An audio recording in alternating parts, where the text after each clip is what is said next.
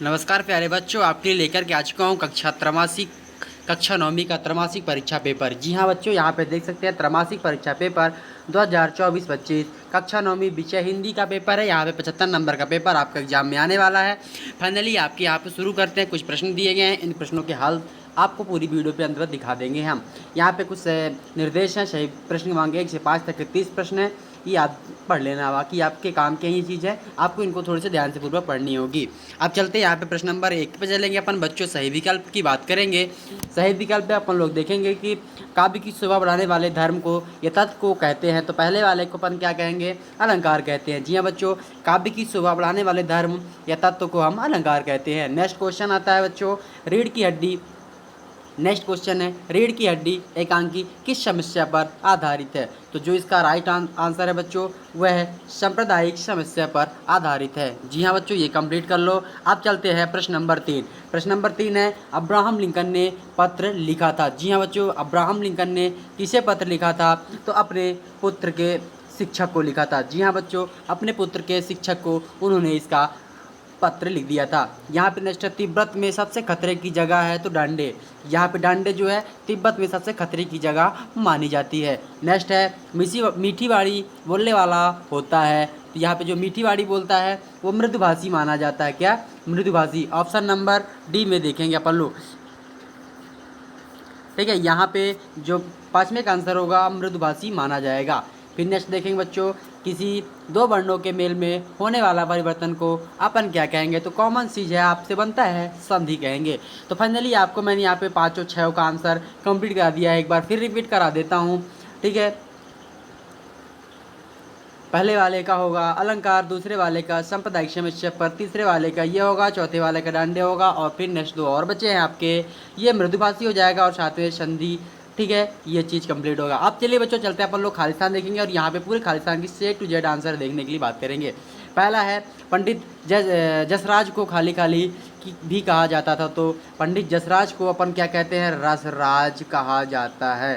ठीक है, रस राज कहा जाता है। फिर नेक्स्ट क्वेश्चन है, अंतरिक्ष यान काली काली का मिलता जुलता रूप है। तो ये हो जाएगा अपना वायुयान। ठीक है बच्चों, ये वायुयान लिख लेंगे। फिर अब चलते हैं अपन लोग नेक्स्ट देखेंगे प्रश्न नंबर 3 पे। वर्णी छंद में खाली खाली की गणना की जाती है। तो किस में की जाती है? वर्णों की। ठीक है, वर्णों की गणना की जाती है। फिर नेक्स्ट प्रश्न नंबर 4 पे देखेंगे छात्रों। यहाँ पे देख सकते हैं, वे सब शब्दांश जो शब्द बनते समय आरंभ में लगाए जाते हैं वो उपसर्ग कहलाते हैं। क्या? उपसर्ग। कोई भी चीज़ है शब्द से पहले लगाया जाएगा, उपसर्ग कहलाएगा। फिर नेक्स्ट देखेंगे, हथियार जो हाथ में लेकर चलाया जाए उसे कहते हैं तो शस्त्र कहते हैं। जी हाँ बच्चों, शस्त्र कहते हैं। जी, बंदूक गन कोई भी ले लो, सब शस्त्र कहलाते हैं। नेक्स्ट है, वीर रस का स्थायी भाव क्या होगा? तो यहाँ पे उत्साह होगा। ठीक है, ये आप कंप्लीट कर लें। अब फिर चलते हैं यहाँ पर लोग सही जोड़ी पे देखेंगे। आपके सामने सही जोड़ी दिया गया है, दुर्लभ, कबीर, सम्मानी, मृतिका, दो बैलों की कथा और जहरीला। तो यहाँ पे आप देख सकते हैं, पहले का दुर्लभ जो होने वाला है वो कठिन। ठीक है, कठिनता से प्राप्त होता है। नेक्स्ट क्वेश्चन देखेंगे अपन लोग, कबीरदास जी होते हैं वो सखी और संवाद उनकी रचनाएं हैं। फिर नेक्स्ट है, सम्मानी का जो आंसर होगा वो आपका आदर योग होगा, आदरणीय योग हो गया, आदर योग मान सकते हैं। यहाँ पे चौथे का देखेंगे, मृतिका जो होगा आपका, मृतिका का आंसर आप देखेंगे। ठीक है, वह मिट्टी मानी जाती है।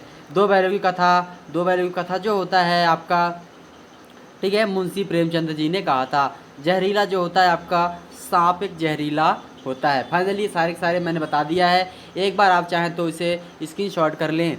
ठीक है, मैं दोबारा रिपीट कर देता हूँ। जो दुर्लभ का होगा वो आपका पहला आसानी से प्राप्त होने वाला दुर्लभ कहलाता है। दूसरा है, ठीक है, कबीरदास जी का सखियाँ, यहाँ पे दूसरा हो जाएगा। तीसरा है सम्मानी का, यह आदर योग होगा। मृतिका का मिट्टी हो जाएगा। और दो बैलों का था, यहाँ पे 5 मुंशी प्रेमचंद जी होंगे। जहरीले सांप हो जाएगा, यहाँ पे आपका सांप हो जाएगा। फाइनली इसकी स्क्रीनशॉट कर लो, पूरा का पूरा तैयार कर लें। अब आते हैं एक वाक्य में उत्तर की ओर। यहाँ पे है, हिंदी का उपन्यास सम्राट किसे कहा जाता है? तो हिंदी का उपन्यास सम्राट प्रेमचंद्र को कहा जाता है। जी हाँ बच्चों, प्रेमचंद्र को। फिर नेक्स्ट क्वेश्चन है, रसखान किसके अन्याय भक्त थे? तो यहाँ पे श्री कृष्ण के थे। किसके थे? श्री कृष्ण के थे, भक्त थे। फिर नेक्स्ट है, ठीक है। नेक्स्ट आ जाते हैं अपन लोग यहाँ पे। हाँ, ये देखिए प्रबंध काव्य के भेद होते हैं, तो यहाँ पे प्रबंध काव्य के 2 भेद होते हैं। कौन सा? पहला महाकाव्य, दूसरा खंड काव्य, ठीक है। यहाँ पे अब लेखिका मृदुला गर्ग ने नाना के यहाँ पढ़ाई करने कहाँ गई थी? तो विलायत गई थी, ठीक है। विलायत कहाँ गई थी? विलायत गई थी।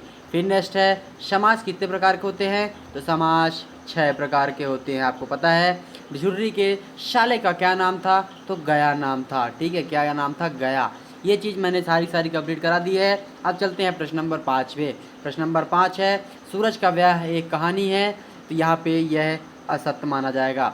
गांधी जी के अनुसार हमें अपनी बुनियादी पर कायम रहना चाहिए, ये भी सत्य माना जाएगा। शब्द के आगे जुड़ने वाले शब्दांश को उपसर्ग कहलाते हैं, ये भी सत्य माना जाएगा। झुर्री गया का मामा था, तो ये भी असत्य माना जाएगा, ठीक है।